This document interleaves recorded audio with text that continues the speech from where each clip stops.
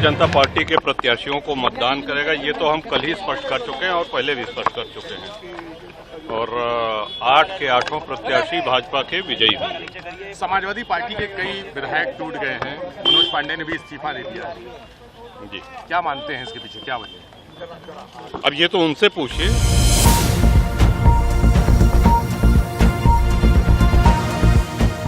राज्यसभा चुनाव में उत्तर प्रदेश में एक सीट पर बेहद रोमांचक मुकाबला देखने को मिला, जब बीजेपी और एसपी के बीच जबरदस्त टक्कर हुई, जिसमें सबसे बड़ा रोल राजा भैया का रहा है। जी हां, राजा भैया ने अखिलेश यादव को छोड़कर बीजेपी को समर्थन दिया है।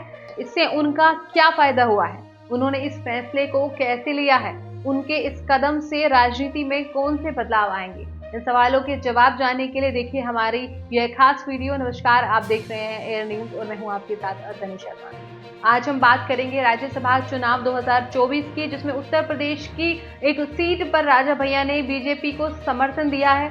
राजा भैया का असली नाम रघुराज प्रताप सिंह है और वे कुंडा विधानसभा से जनसत्ता दल लोकतांत्रिक के विधायक हैं। वे उत्तर प्रदेश की राजनीति में एक बेहद ही शक्तिशाली और प्रभावशाली नेता माने जाते हैं।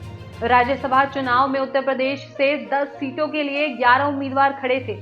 इनमें से बीजेपी के 8, एसपी के 2 और बीएसपी के और 1 उम्मीदवार थे। बीएसपी के 7 और एसपी के 2 उम्मीदवारों को बिना मुकाबले ही जीत मिल गई थी, लेकिन बीजेपी ने एसपी को परेशान करने के लिए एक 8वां उम्मीदवार भी उतारा था। इस उम्मीदवार का नाम था अनिल अग्रवाल, जो कि एक धनी व्यापारी हैं।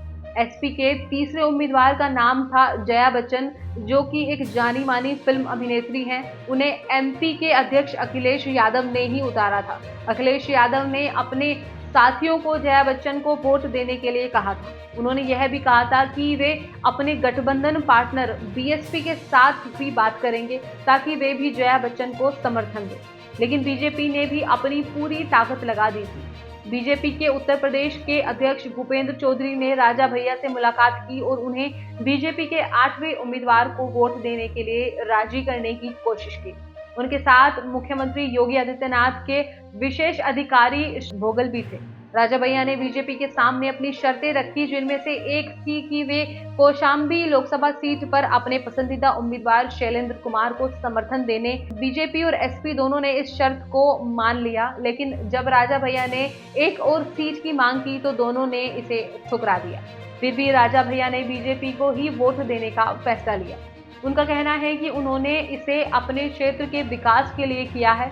उनके अनुसार बीजेपी की सरकार ने उनके क्षेत्र में कई योजनाएं शुरू की हैं, जैसे कुंडा प्रयागराज एक्सप्रेसवे, कुंडा एयरपोर्ट, कुंडा रेलवे स्टेशन का विकास और अन्य बुनियादी सुविधाएं। वे कहते हैं कि उन्हें बीजेपी के विकास के लिए विश्वास है और वे इसे आगे बढ़ाना चाहते हैं। राजा भैया के इस कदम से एसपी को बड़ा झटका लगा है। एमपी के तीसरे उम्मीदवार जया बच्चन को राजा भैया के 2 वोटों की जरूरत थी, जो कि उन्हें नहीं मिले। इससे उनकी जीत के चांसेस कम हो गए हैं। अब उन्हें बीएसपी के वोटों पर निर्भर करना पड़ेगा, जो कि अभी तक अनिश्चित है। बीएसपी की सुप्रीमो मायावती ने अभी तक अपने विधेयकों को किसी को वोट देने का निर्देश नहीं दिया है। राजा भैया का बीजेपी को समर्थन देना राजनीति में एक बड़ा मोड़ लाने वाला है। वे अब बीजेपी के करीबी मित्र बन गए हैं और उनकी बातों का बीजेपी पर असर पड़ेगा।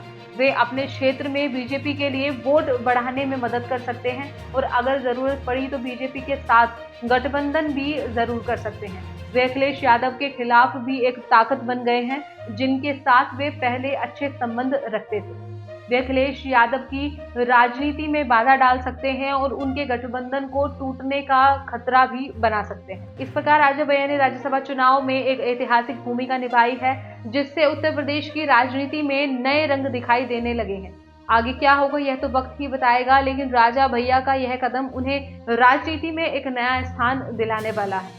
तो ये थी हमारी आज की खास रिपोर्ट। इसी के साथ साथ मैं तनु शर्मा आपसे विदा लेती हूँ। फिर मिलती हूँ एक नई अपडेट के साथ। तब तक के लिए देश और दुनिया की तमाम खबरों के लिए आप देखते रहिए एयर न्यूज। नमस्कार।